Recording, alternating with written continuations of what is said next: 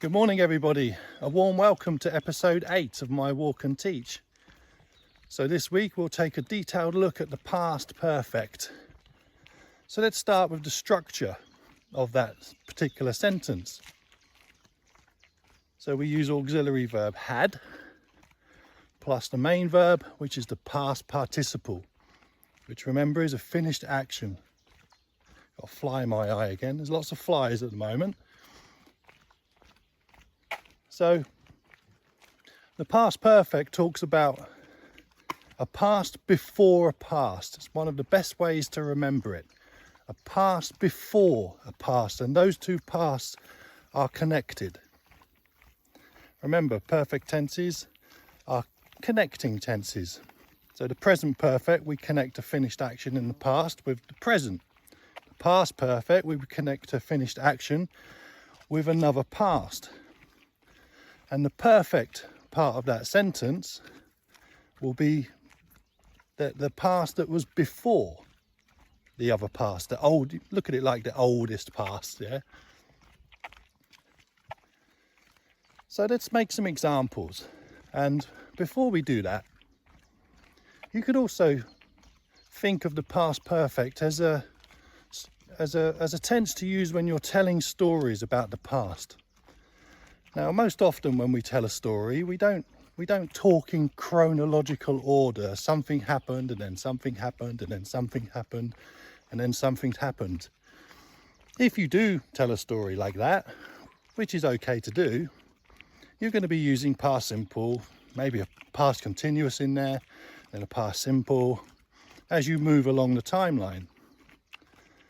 But the beauty of using the past perfect is we have a starting point of our story, and then as we talk about things that happened after that, we can use past simple, past continuous.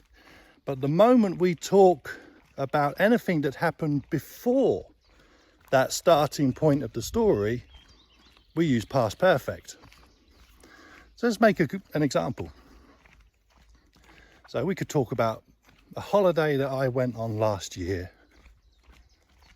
So I can start by saying last year. I'm specifying the time, don't have to, but usually we do, or it's obvious when we're talking about it. So last year I went on holiday to Egypt. We did this, we went to the beach, we had a great time. So you can see the starting point of my story, I went on holiday, and I talked about the things that happened on the holiday, which were later on the timeline. We swam in the sea, we ate some great food, and we had a great time. We had a great holiday. But when we got back, when we got home, we realized that someone had burgled our house. So the burglary happened before. Can you see how this works? So classic textbook example. When I got to the train station, the train had already departed. So I was late, wasn't I? Trains don't depart early or too early. I was late, my fault. And that's what happened. When I got to the train station, the train had already departed before. So let's talk about some negative examples now. So I can give you an example like I went to Italy last year and I had never been there before. So on the start of the story, I went to Italy, and at any time in my life, in my experience, before that time that I went to Italy, I had never been to Italy.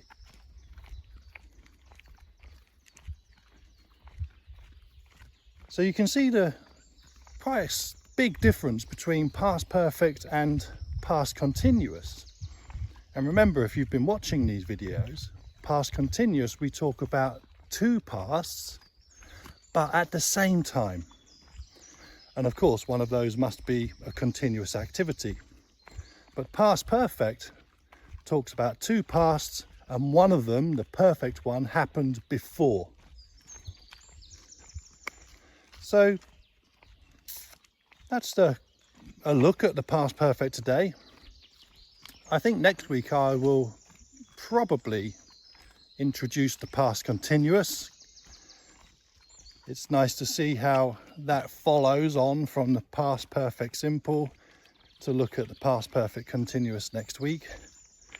So in the meantime, I'll say goodbye and hope you enjoyed the video. If you did, please like it, please share it, and please consider taking a look at my web application. There's a QR code on the screen right now, and I'll see you next week. And goodbye for now from the forest. All the best.